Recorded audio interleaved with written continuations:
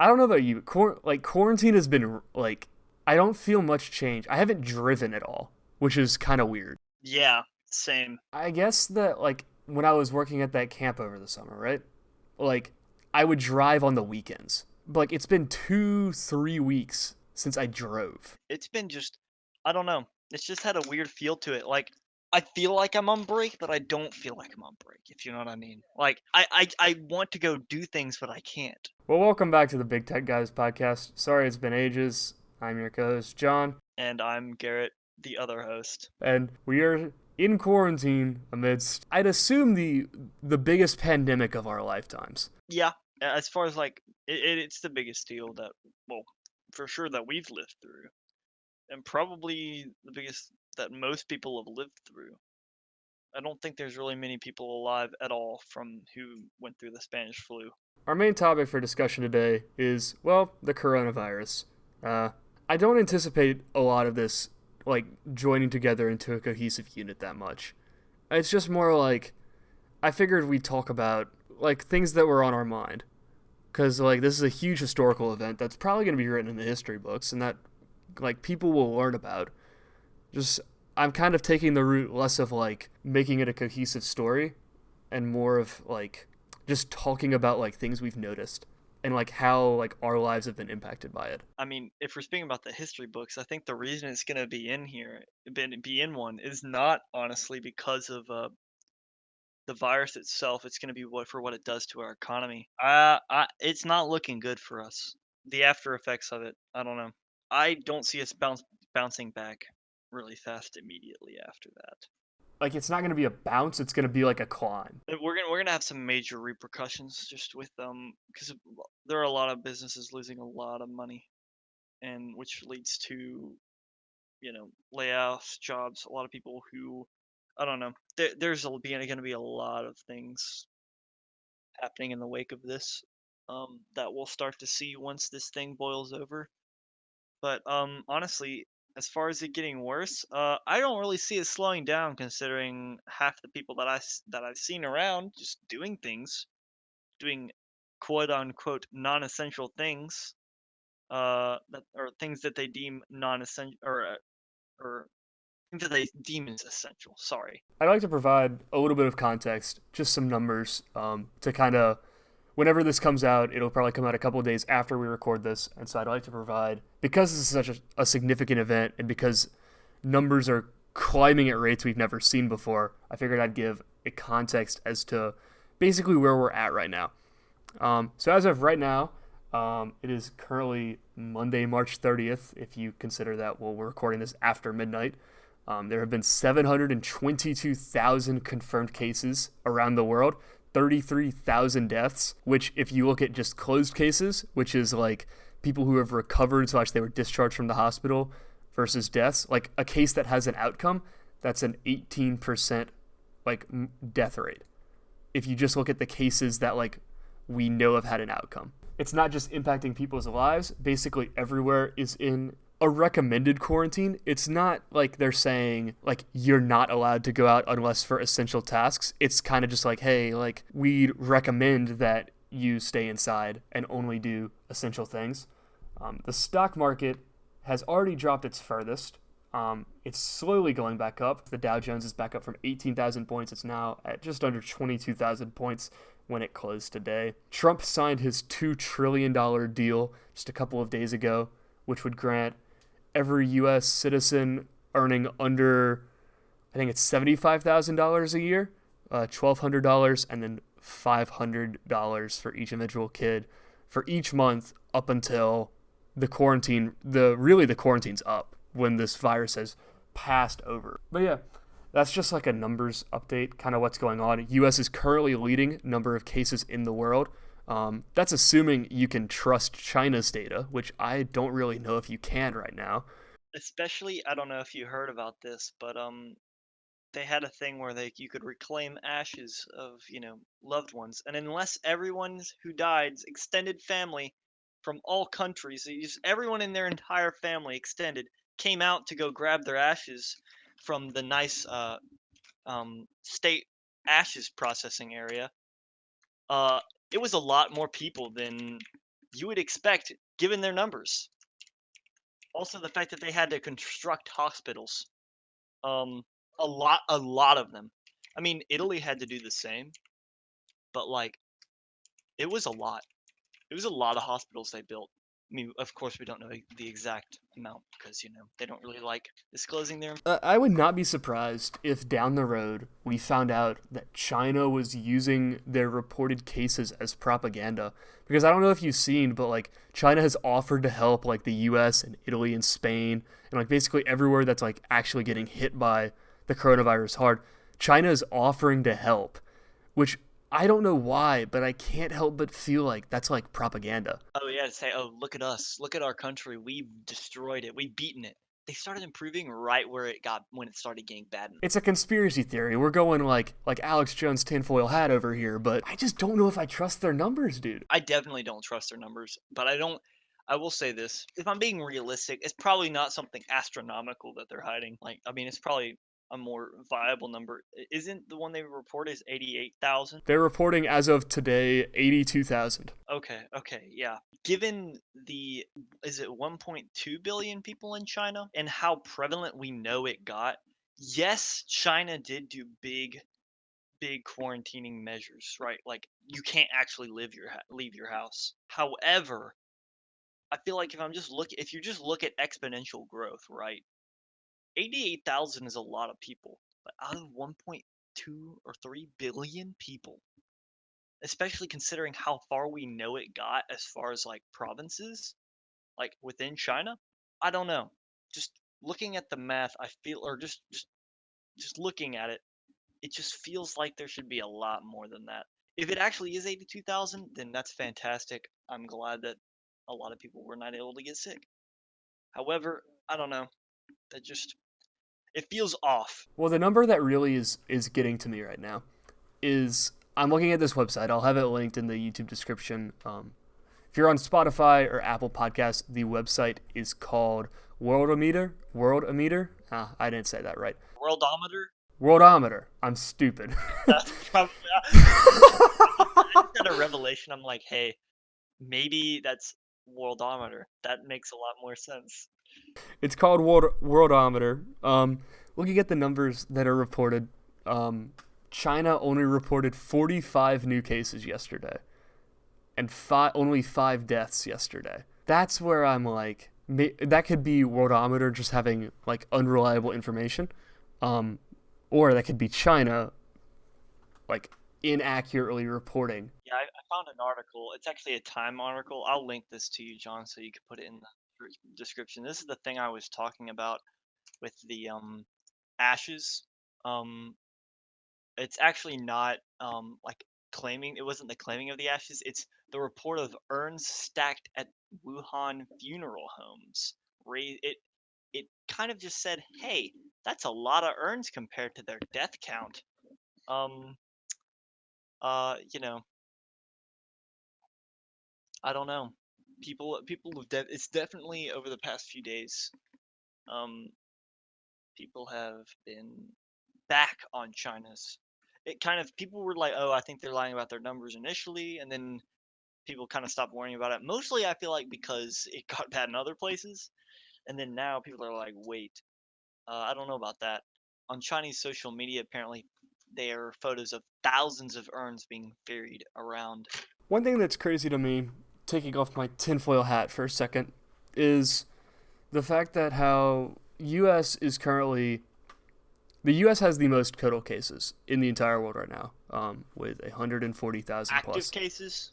Total cases. I don't know about active cases, but I know total cases. We're up 18,000 as of yesterday. We gained 18,000 new cases yesterday. I just don't know why we have not issued a government-mandated lockdown yet. Definitely people don't seem to really care. No, absolutely. I haven't been outside of my house much, but like the few times that I have been outside of my house, the more and more I've noticed just like you were saying before we started, like how many people are out like doing non-essential tasks. Like you should really only be allowed to like go to the supermarket, and really that's it. Anything else is non-essential at this point. Like we are focused on living, not transmitting the virus. I've seen a lot of people like posting stuff of them like doing stuff in very public areas. Like uh, I've read a lot about people still going to a lot of parks and stuff. I don't know. I mean, a lot of people clearly aren't abiding by it. I haven't seen as much because I have been quarantined for the past 2 or 3 weeks, which I'll be honest, it is not. It's starting to get to me. It's just now starting to get to me, I think. Right, right. I'm like, it would be cool if I could go hang out with some friends.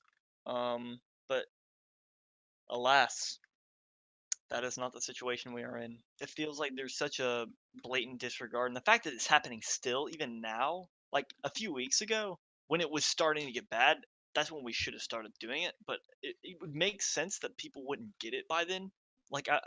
It's not an excuse, but it's like, all right, fine, Well, I remember 2 weeks ago, I was going to go to a concert in Atlanta on a Friday night with my girlfriend.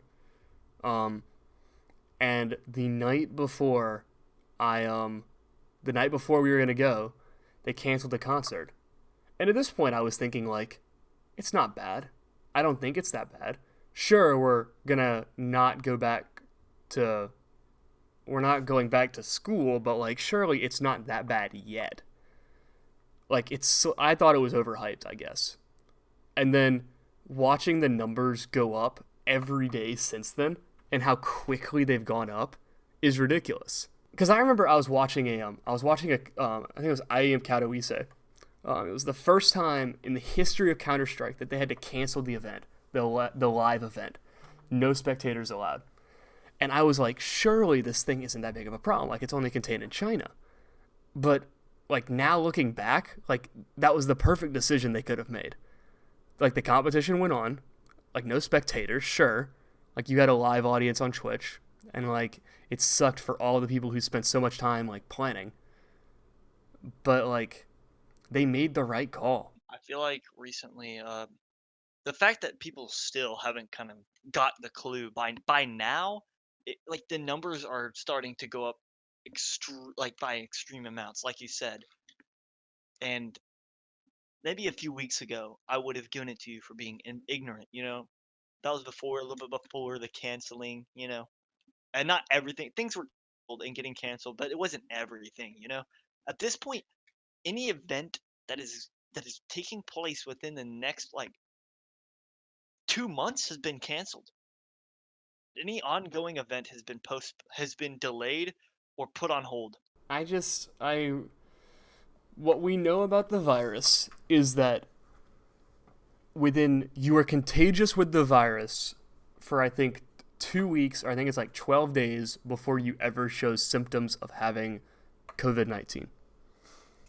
So, what we should be doing right now, and what a lot of Americans are doing, not, I wouldn't say I'd say like just over a majority, just over, leaving that probably 40% of people who just aren't following the CDC's guidelines. If we were to say that 100% of Americans, we all quarantined for 3 weeks to 4 weeks, by that point, we would have seen every coronavirus case would pass over 3 to 4 weeks, because you can't spread it. Maybe you spread it to people in your family, but realistically, you're not going like out in a park or you're out in a supermarket or whatever. You're not contagious with the virus without you knowing about it. Within 3 to 4 weeks, we would hopefully be able to get our economy back on track. We could send people back to work. And even at that end of the 4 weeks, if you had symptoms of the coronavirus, you just don't go to work. Like we slowly roll our way back into the economy. Honestly, I feel like we're getting to the point to where we might not even feel it for a few more weeks, but I feel like it's going to hurt us later down the line, especially even once this virus is gone and we've dealt with it, or well, gone. And by that, I feel like it's going to end up not being truly gone. We'll know how to deal with it. The problem is it's so contagious. That's really the issue with it. Well, it's going to completely change the way that we look at travel, I think. Because the virus has spread so quickly just because of people having the virus and being contagious with it and not knowing they had it. And flying all over the world right after that. I feel like we're about to see a lot of repercussions that I would have not predicted at the beginning of this virus. I think that we're going to have a lot tighter, like airline, like in travel restrictions. I think that I would not be surprised at all if like there was something that the TSA like made you do from now on to prove that you were not sick with anything. I feel like we haven't even hit that point yet. We're getting there though. On the rate of, we're getting there. It could. I will say this. That could definitely happen. It is within the realm of possibilities now. If things do not slow down, for the next 2 weeks, honestly, we'll probably be in that position to where that'll be happening. If things increase at the same rate that they have been. Yeah, like maybe like every few months. Like it's not like a passport where you get it renewed like every like years or It so. would be weeks, maybe. Honestly, Like something that was simple to do, something that was easy for like doctors' offices and like general med clinics. It's like the instant care places or whatever, where they can do like super basic stuff and then like let you know if they need to send you to a hospital or not. I could see them. It would be. It would be a really annoying thing, but I think that it could definitely happen if things get bad enough. If only I would think airlines might mandate it only to prevent something like this happening. Because right now, uh, airline companies are in a big tough spot. Like to the point to where in a few weeks, if things continue, I could see some big companies needing a bailout. Like it's bad. It is really bad for airlines right now as far as like economic stability. A lot of industries are doing okay, but not the airline industry. They were hurting a week ago, really bad hurting. Uh, so I don't know. And airline companies don't usually make a huge amount of profit, you know. For a lot of these companies, it's too early down the line for them to make profit. In their scheme, which is they're usually like multi-year. Maybe I don't know how long they plan like in their plans their profit margin's supposed to start coming up. But I don't really know how they plan that within airline companies. But either way, it's not they're not doing too hot right now, which is kind of an understatement saying it like that. I could see some big companies could get really knocked down a peg after this. I think one thing that's slightly helping out this whole situation is the fact that the stock market, even though it's not on an uptick necessarily, it's doing okay. We had the a few days ago they had the biggest growth on the Dow Jones. I think that's how you say that. It was the most percent growth over the course of 3 days since the 1930s. And there was some analogy I saw somewhere that was pretty funny. It was like even an anvil will bounce if you throw it from a high enough height. I just thought it was funny. But I think that's what we're seeing. As far as the stock market's concerned, I think we've seen the worst of it. However, if anything drastic happens in the next, I don't know, few weeks, I can see people getting scared again. It's all about trying to keep people, calm so we don't really screw ourselves. Um, because if it starts getting super bad, I can see people trying to pull out their money so they have it in case. See, it's the irony of trying to protect their money in case the banks have issues. When everyone does that, it actually destroys the banks, which then cripples a large part of the economy, which, it happened already. Actually, it's happened twice. Yeah, housing market in like 2008, right? Yeah, right. With loans that they couldn't pay back. Yeah, I think I'm gonna rewatch the Big Short this week sometime. I mean, that was the last like economic crisis our country went through. It obviously affected other parts of the world, but I will say this: not like it did here. To a lot of people, I will say that was on the fault of a lot of people. The people trying to game the system. The stock market was more of a collective misplay on a lot of the people in the United States. Um, and if it happens again now, it would be the same as in the 1930s, and a collective mistake rather than bigwigs really messing up and overstepping. It's interesting to talk about. As much as I hate to say it, there is some kind of good that is out of the coronavirus in the sense of like pollution, I guess. I don't really like to talk about like climate change as much because I feel like we have such a narrow set of data to base our climate change facts on. But as far as like just looking at what we can do now, like with pollution and air pollution specifically, like people aren't out on the roads. I looked at a map of San Francisco the other day at like lunchtime, um, and or Los Angeles, my bad, and all of the highways were green, no traffic. I've never seen a major city like that. Like I've been in Chicago, I've been in Atlanta, to see a major city with like no traffic like that. Like that's a huge amount of cars because you know how big those interstates are. That's a huge amount of cars that's not on the road. And there was a picture of I think it was Manila, China, how like because their factories weren't working, like the air was actually clear. Did you see the video of Venice? I don't think I did, no. I would actually look it up. It's basically it's a video showing, or it's a picture and a video showing how the canals have now cleared up and are like completely see through. Like you can actually see through the water and it's not murky for the first time since most Venetians can even remember due to coronavirus. Um, like you can actually see through the water, and there's fish that are starting to return as well. Because the lack of gondola like and tourism, like it's kind of insane. It's interesting to see how like I don't know. I'm both like terrified of getting this virus, which is why I haven't really left my home since well 2 3 weeks ago. Um, but I'm low key fascinated with like how businesses and industries are reacting to it. And I know we talked about this before the podcast, but the esports industry is taking off solely because it's the only real competition that can still air. They showed iRacing, which is just, I guess, what's the best way to describe it? Virtual NASCAR? It's sim racing. Basically, what they're it's something that's always existed, and a lot of NASCAR drivers. See, the thing is that a lot of them actually sim race. Actually, Clint Boyer specifically actually is a big fan of sim racing.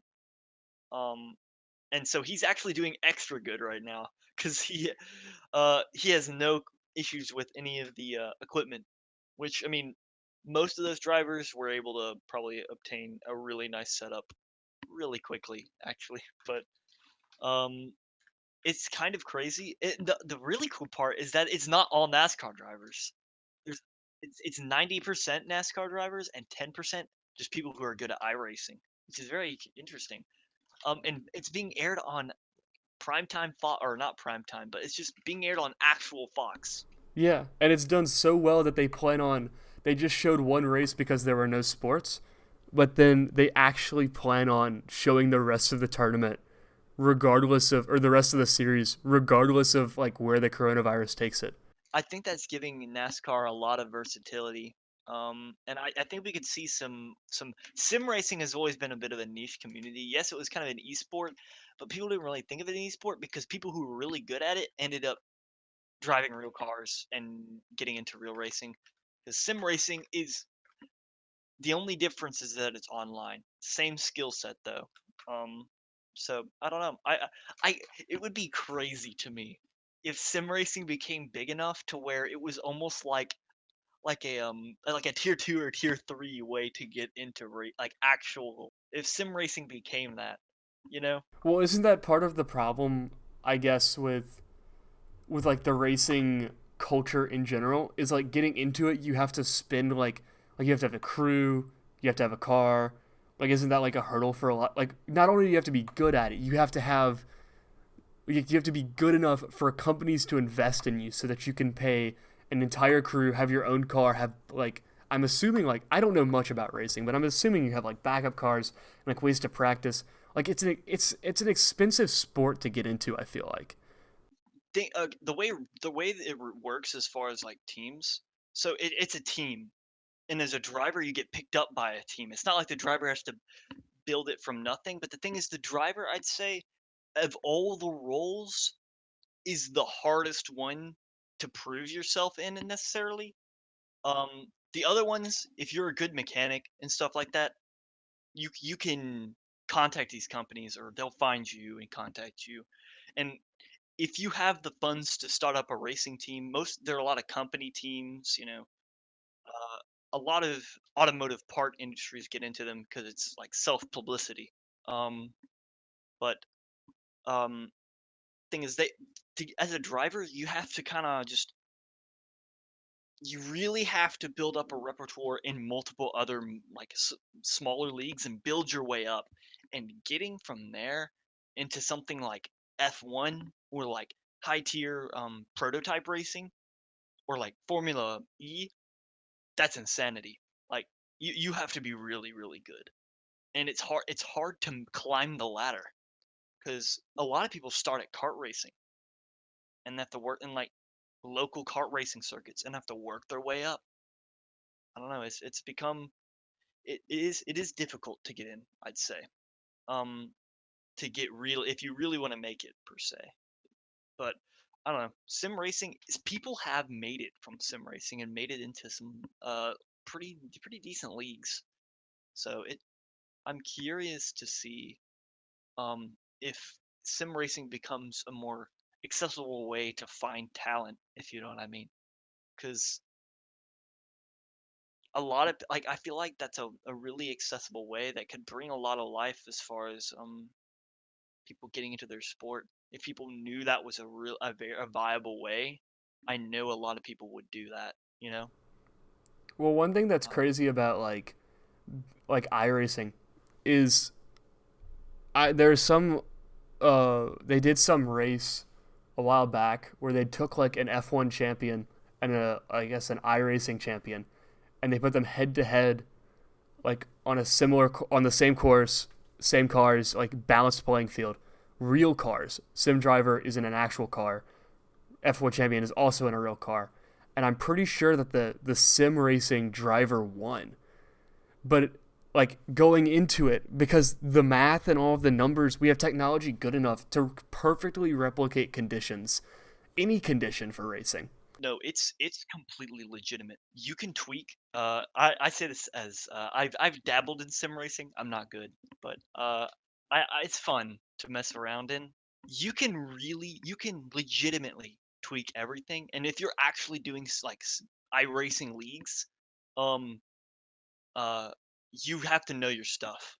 You have to warm up the tires like before and warm up everything that you would do in a normal like in an actual race. You have to do as far as all the mechanical issues as well. You can tune your car exactly how you want it. That's the thing. There you don't really need a crew per se, but you have to know what the crew does to the car, like or what you need to have for different tracks, different conditions. And that's what's kind of insane. You kind of have to have a grasp, at least some kind of grasp on that. Not to mention in iRacing, I I know that or I know these exist, but there are actual endurance races, like 24-hour races where you do legs with like two other people on a team, and it's like the real thing. And there's a reason these sim racing games, iRacing is so big and it's a subscription based service, and the reason that is because they add probably have the biggest collection of cars in a true sim racer, I believe. I'm not, don't quote me on that, but I'm pretty sure that's the case. Um, but that's because it's a subscription based service. But most other ones like Assetto Corsa, um, they have a decent repertoire of cars, but it takes a while to perfectly recreate these vehicles. They have to do a lot of testing, a lot of talk with companies, like the people who make the cars. They have to kind of get a feel for the actual car because, man, those cars, they feel like they should.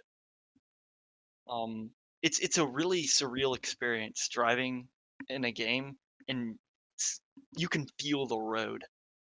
It's crazy. Before we go on, this episode of the podcast is sponsored by Anchor. When we started our podcast, we were paying a monthly subscription to host our audio on the internet. And because we're broke college kids, that was not ideal for us because, well, we've got to eat somehow. However, then we learned about Anchor and we were instantly blown away. Making a brand new podcast or transferring an existing podcast to Anchor might be the easiest thing that I've ever done, and let me explain why. First of all, it's completely free. You can upload all of your content there and Anchor will host it for you. Secondly, Anchor has a really good system that allows you to record and edit your podcast right from your phone or computer. You can literally create your podcast from wherever you are. One of our problems with our monthly subscription was that we were having trouble distributing our podcast to multiple spaces, but Anchor will actually distribute your podcast for you so that it can be heard on Spotify, Apple Podcasts, and so many more. Plus, Anchor's sponsorship things make it really easy to make money from your podcast even if you have a very small listener base. It's legitimately everything that you can need to make a podcast and to grow your audience in one place.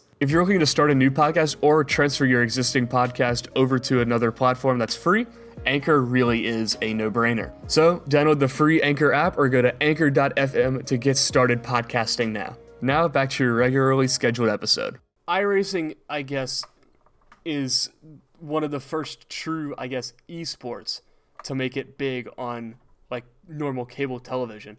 Esports in general has seen a huge rise in popularity. If we're going to take it even broader than that, video games have. So my little sister got a Switch in quotations for her birthday, but I ended up giving her mine to use for a while because, well, there are none in stock. Like, I was looking on Amazon, and the only ones I could find were people selling them for like $450. Just a standard Switch console, $450. Yeah, trying to scalp it because they're all gone. People are stuck in their homes. They've all got video game consoles. And if you narrow that down more to esports, there was a game today for CSGO, and these league games that happen, they don't normally rack in that many viewers, probably 50 to 60,000 people, which is a lot of people, but not compared to like these big tournaments. There were 150,000 people watching just a regular league game today. That's what's insane. A lot of viewership has just gone up in general because I don't know. Everyone's at home. There's no sports. There's no soccer. There's no basketball. There's no baseball. 3 of the biggest sports in the entire world are not airing worldwide. Well, the fact that sports are not on, that's like, besides reruns, that is just something I don't think I've ever been. When has that happened? Like, not one sport not having a league going, but all sports. You can't say, oh, I guess I'll go turn on a baseball game then if the NFL's in a break period. Oh, wait, they're gone. I would watch baseball if it was still on. I'm that desperate for sports. I don't normally watch baseball, but there's nothing on. There's like this. I think that's the most bizarre thing to me is sports, because sports has been such a constant in my life. Like, other hobbies have come and gone, like recently playing the ukulele, or like. You see that is gone yet? It's not gone. My point is that like hobbies have like come and gone, and things that I've done have also come and gone. Whether it was like running around in my backyard and finding a stick and pretending it was a lightsaber, to driving around like one of those little like electric cars that you can get like Walmart or whatever, like one of those toy cars.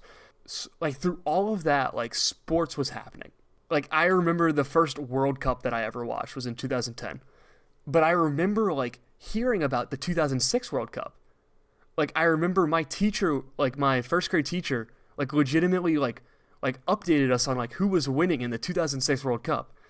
Like, for sports to have consistently gone on for as long as they have, and for them to just all be gone, period. Like, it's not like they're suspended indefinitely. We don't know when they're going to come back.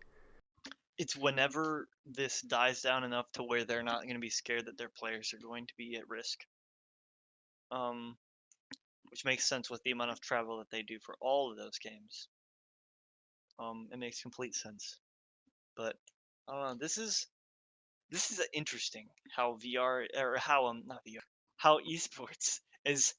It's not really capitalizing. It's more of just how it's kind of like, it was already thriving, but this might it's kind of it's kind of crazy how this might be the push that pushes esports into that next tier of it would take all other sports being gone, you know? And like just the fact that it's the only thing on. It's competition that's on. I was in r/soccer today, and somebody, one of the top posts of the day was somebody who made a soccer fan's guide to the Rocket League Championship Series regional tournaments that happened today. That was one of the top posts on it. Like thousands of upvotes of this guy who just went in, like a soccer fan and a Rocket League fan, who just went in and like described like the storylines behind all the teams that were playing in the regional championships today. See, I can see a lot of people realizing there is an esport for them because there's so many and they're all so different too. Um, that I mean, it's really it's you can't expect someone to be a fan of every esport per se. I mean, that's kind of unreasonable actually, but that there's so much out there that I feel like most people will find at least one that really gets them hyped. I don't know. For me right now, I'm keeping up with Overwatch and Smash, but trying to get into Siege, but Smash is in a really hard spot right now. it is. I mean, I know that they have an online tournament series that's coming up that I think it'll do all right, but it doesn't help that Ultimate has pretty terrible online, and Melee's online is being a mod and all. It's pretty all right Are you talking about the quarantine series hosted by that YouTuber or whatever? by Alpharad and Moist Critical? Critical. Yeah. Yeah, they did it today. Had 30,000 viewers, $10,000 prize pool. And they had EE, Coney, and somebody else commentating. Wow. When did they do it? How did I not know about this? I don't know. I didn't know it was happening today until like it was going on. But they had like all of the major commentators on there too. Like it wasn't just Critical and Alpha Rad. They had EE and Coney commentating top four. That's incredible. That is incredible. I'm glad they got top tier commentary as well. Oh, they did. It's honestly gonna keep the game alive. I mean, okay, I'll say this with Smash fans, they don't go anywhere. I'll say that. Right, but when you have like tournament organizers who rely on people coming to enter these events and paying fees to like venue fees and like having because basically Smash is all held like you show up to a venue like it's not online because the online sucks. And especially on the cusp of they just announced that Smash World Tour, ironically right before the pandemic, where they were gonna have this like multi-tournament like series almost where like with a massive grand finals at the end and just for the coronavirus to hit and like completely delay that plan. It's really unfortunate. Like I really here's the thing. I think it will the good thing is it's still delayed. Also that a lot of tournaments hadn't signed up for it. It's fine. Um I think it's not going to hurt them in the end. Um but yeah, Smash is going to be I could see them rebounding pretty like I don't know. They're in a spot to where Smash is so fun to watch. I'll say this, there are some criticisms that it is hard with the amount of characters to actually play it as far as like at a competitive level, which is fair. Um but man, it is just I don't know what it is about it. It is just super entertaining to watch. Um and I think it could really grow like at an enormous rate if they're able to get it out there a bit more. Um, I don't know. Viewership is already way up after Ultimate's release. A lot more people got into it, but yeah, I don't know. I feel like it just needs the right advertising and right push just to get to the next level. Um, yeah, and that'll get it. Also, a good online would have helped.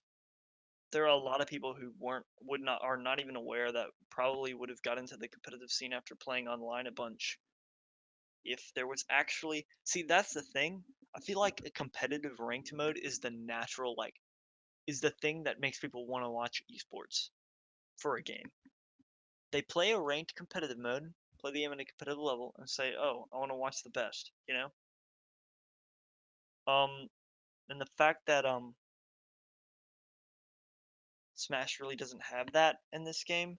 I don't know why they removed it from Smash 4 for Glory. It makes zero sense to me, but that's getting into that would just be me ranting on Smash for a while. And this is more about coronavirus. Um, so yeah, um, Smash is getting kind of affected by it, but I think they'll be recovering. I don't think this will hurt them very much. It's only delaying the inevitable. There's so many avenues of life that have been impacted because normally like one side of it gets impacted, at least with us. Like as long as I can remember, like maybe like one door shuts and like maybe we don't get like maybe something gets delayed for whatever reason, like venue complications. Maybe it gets delayed. So that's like one panel of like the dare I say like dodecahedron of things that are to do, if that makes any sense. Like that's one like small like eensy bincy pit that is like closed off for a very short period of time. But it's completely fallen apart. There's nothing like there's so few escapes, if that makes any sense. Like one of my favorite things to do is to like go to concerts and stuff. Well, there's no concerts going on right now.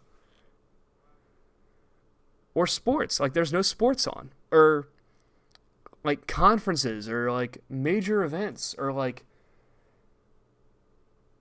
at this point like yeah. And it's such a monotonous style of living that like really makes me think about like what I enjoy doing. Like and it's kind of weird like having such a busy life and now it's just not that busy. I know there are a lot of people specifically who are really struggling with that. Um, Hobbies and things like that are great when you have something, like when it's the thing you go to when you're done with the thing that takes up a lot of your time, you know? It's kind of weird when for a really long period of time, everything else just goes away and that's all you have left. I don't know. I wouldn't say it makes, at least in my case, like as far as video games go, it doesn't make me enjoy them less, like on the whole. But sometimes I'm like, I don't know. It's just it's whenever I'm not in the mood, I can't do anything about it. You know what I'm saying? Like there's nothing else I can do. Like it's Maybe that. not like, oh, I'll go like the amount of times where I've been like, dang, I'm hungry. It's midnight. I'm going to go drive to Cookout. Oh wait, Cookout's not open. Like the last time that I hung out with somebody who wasn't in my immediate family was 2 weeks ago, 3 weeks ago. Like that was the last time I have seen. Like yeah, I've Snapchatted people and I've seen people on Instagram and doing their stupid little until tomorrow things, but like that's it. Like this has been the longest I've like yeah I've seen people like through a screen, but like really like I go running by myself. I do all my work by myself. Like 2 weeks is a lot of time without human contact besides my family. And if I was actually living alone right now, oh man, I would be insane right now. I would be going actually insane, ballistic, you could even say. But I feel bad for those that are truly like sitting by themselves right now. Like they're just living by themselves. I think we as a society are going to have to learn, like, I guess just like how to deal with this. Because right now, what the current numbers we have say that we're 18 to 24 months outside of a vaccine, which means that odds are what's going to happen is at some point we have to reopen the economy. We have to send people back to work, and people are going to get it. Like it's we can't just keep living in this hole for like the rest of time. I was talking with my dad about like specifically online school, and he said that he could guarantee me that at just about every major university, there's been that one young, like, administrative person who's been pushing to send classes online, like to have an online option for all classes. But there's always been some older person who said it can't be done. Well, now that we're in this pandemic and everything is online, we definitely can. And especially now, a lot of universities have created the infrastructure for it on the fly for this. The amount of So, stuff that major universities, we both go to public universities. The amount of stuff they've set up in such a short period of time, I'm honestly shocked. Like the fact that Auburn went from they announced on they announced on the oh shoot the Thursday of spring break that Auburn wasn't going to be going back to in-person classes until April 10th. That's what they were saying.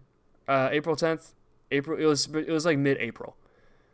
They announced that on the Wednesday or Thursday of spring break, which means that they had, I think it was Thursday, so they had Friday, Saturday, and Sunday, and then classes on Monday, and it worked perfectly.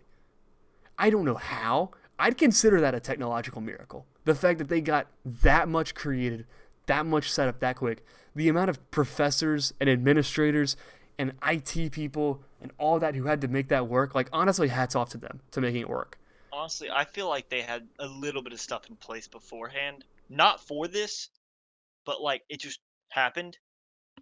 I don't know. And if they did not, then they are crazy. They are insane. Um, it's really impressive either way. Um, I know we didn't because it took us 2 weeks. So, um, yeah, I don't know. Speaking of universities, something that happened today. I'm gonna check Twitter for the exact specifics. Have you seen all the stuff about Liberty University? So Liberty University, let me figure out exactly where it is. Um, it's a private university, I believe. Yeah, it's a private university in Lynchburg, Virginia. Um, Basically, what they said was about a week ago, or a week and a half ago. They said, um, we are going to bring back students, and we're going to have in-person classes starting this week or this previous week. So this was like Monday. It was like Wednesday or Thursday or whatever. No, my bad. It was like a few days ago. They welcomed students back on campus. Yes, they are almost at a dozen confirmed coronavirus cases just on the university as of today. Someone had to do it so that we knew that it was a bad idea to do that. Just validated the decisions of everyone who already did it, I guess. That's just dumb. That administration at this point in time, honestly, I wouldn't have faulted them too much for pl- for doing this 2 weeks ago. But now it's just dumb to welcome students back when you like it is so much worse now than it was in 2 weeks. And you know this, you know what I'm saying? Well, one of the things that I didn't really pay attention to, but I guess my dad really pointed out, was the fact that in our it doesn't matter that we're all living alone at college. It matters about the hospitals, because like Auburn and Tuscaloosa don't have the hospital beds to have that many students get the coronavirus. Like they would have to turn every single residence hall into a hospital, really, in order to. Well, yeah. And not only that, I know a lot of just I don't know. A lot of things would have to happen really fast, which it would be a lot of it would be bad. Just just to say it simply. When you think about how many people you come in contact with every day, like not even like on a regular school day, like even if I'm not like talking to people or like getting really like You see a lot of people, you see a lot of people. I'd argue 1,000 people, like on a regular walk across campus. and imagine you're carrying it. You cough on one surface. Imagine how many other people go to that same surface throughout the day. Especially if you're eating like in a dining hall, it would spread like wildfire. And the fact that we don't have any way to stop it right now. The only thing that we basically are said is we know like some stuff kind of works, but it doesn't have like 100% success. We don't have a vaccine for it. Like the only thing we're telling people is like literally don't go outside so that you have no chance of getting it. And I understand that. Honestly, it is hard to be scared of something that you're not even sure. Like, I don't know. It's easy to be like, "Oh, I'll just do whatever. I won't get it until someone you know gets it," you know? Or pretend like it doesn't exist, you know? I guess at this point, there's still um it hasn't quite got if it got that bad, it would be catastrophic. But I don't know. It's just really got out of hand, and it's gonna keep getting out of hand just because of the fact that there are a lot of people that just are underestimating it. And I mean, sure, it's not like it, it is not the most deadly virus we've come in contact with that is spreaded, but it is deadly in some form, and it spreads like wildfire. That's the problem. It is you right now we cannot stop it, and it spreads at an insane rate, and it means people are gonna die, like just as a given if people don't, you know, I don't know. We are college students with pretty strong immune systems. So it's not us that really like it's unfair to say that we're not at risk for it, but at the same time, like the odds of us dying from the coronavirus at this stage of our lives is low. That being said,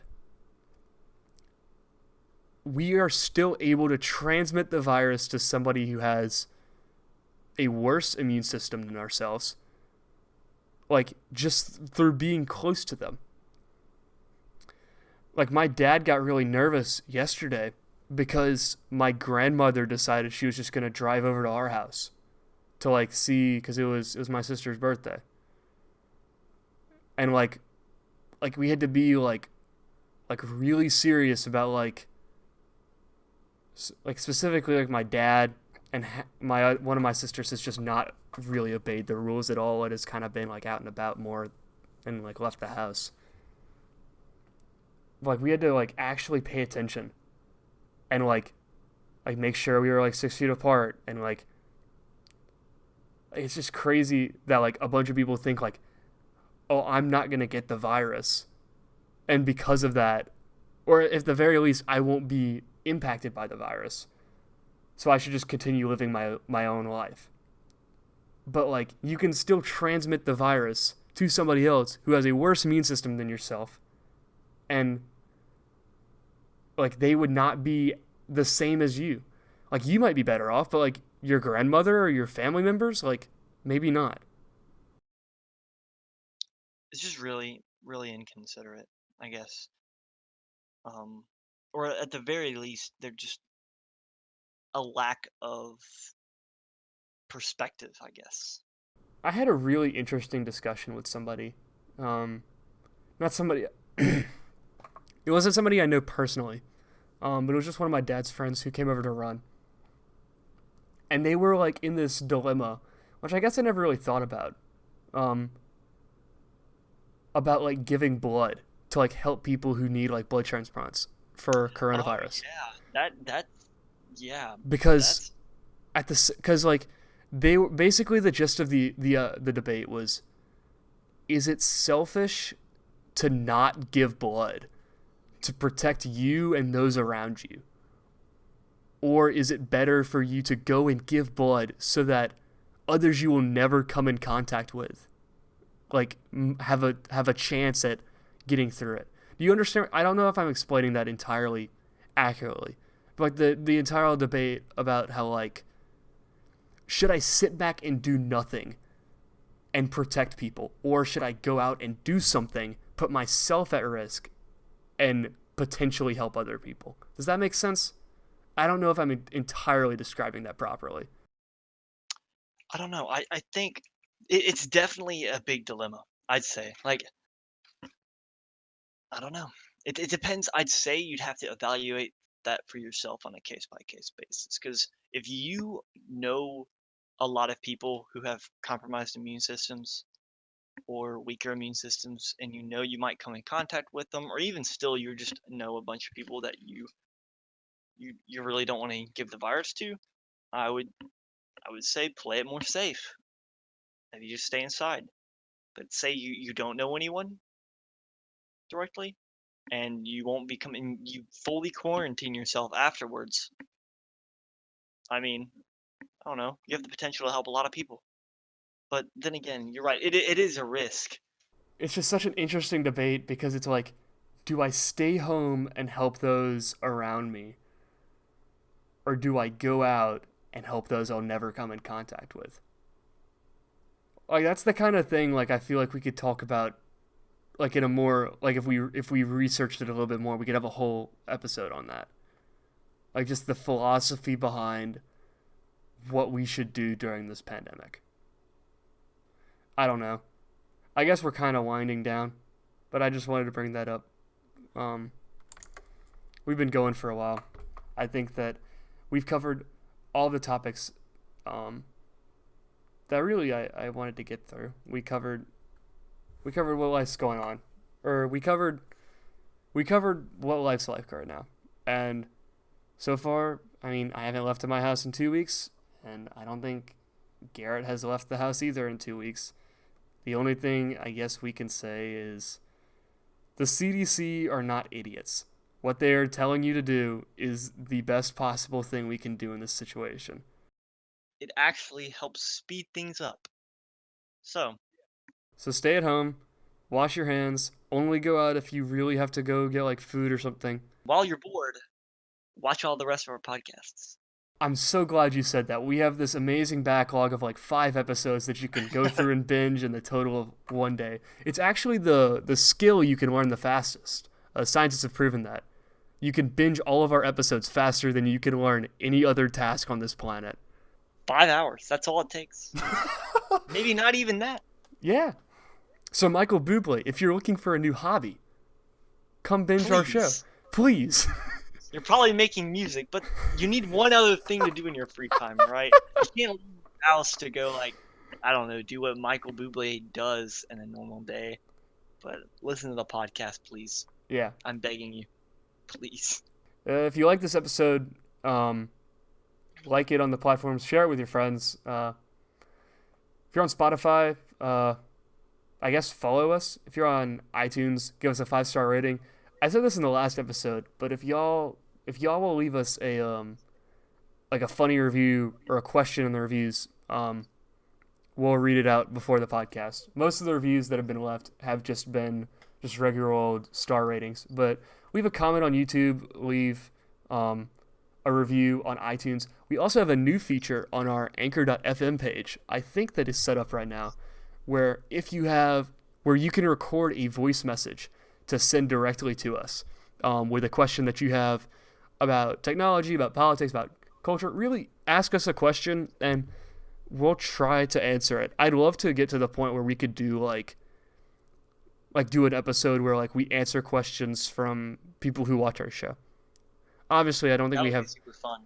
We don't have that big of a fan base, I don't think, right now. But it's definitely open, and we can try to answer some questions at the beginning of podcasts. Yeah. I'd definitely be interested in like looking into things that, well, people that watch our show are interested in as well. Right. Because I think that's kind of like our point of this show is kind of like to cover like popular topics and share our perspective. And for y'all to share your perspective and things that you have on your mind, I mean, that helps us out more. You can also add us on Twitter at the Big Tech Guys, or I think it's just at Big Tech Guys. I don't know. It's one of those. Subscribe to our YouTube channel. Subscribe to our YouTube channel. Share the podcast around. Don't go outside. Stay safe. It is 1:34 in the morning when we are finishing recording this podcast.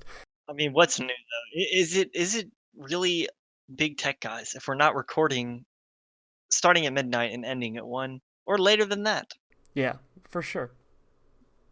It wouldn't be us, that's for sure. It definitely wouldn't. But check us out on all that stuff. You know where to find it. Yeah, we're gone. Yep. Will we end a podcast in a normal way? Wait and see on our next episode that will come out at an undetermined amount of time. Maybe a month. Maybe not. You never know. That's why you should put on notifications so you can figure out when the hell we're going to upload again. Because even we don't know. You get the idea. We're drawing out this exit for one final episode. We're going to figure out a way to end our podcast better. Good night. Yeah, we need a closer. Good night and goodbye. Stay safe.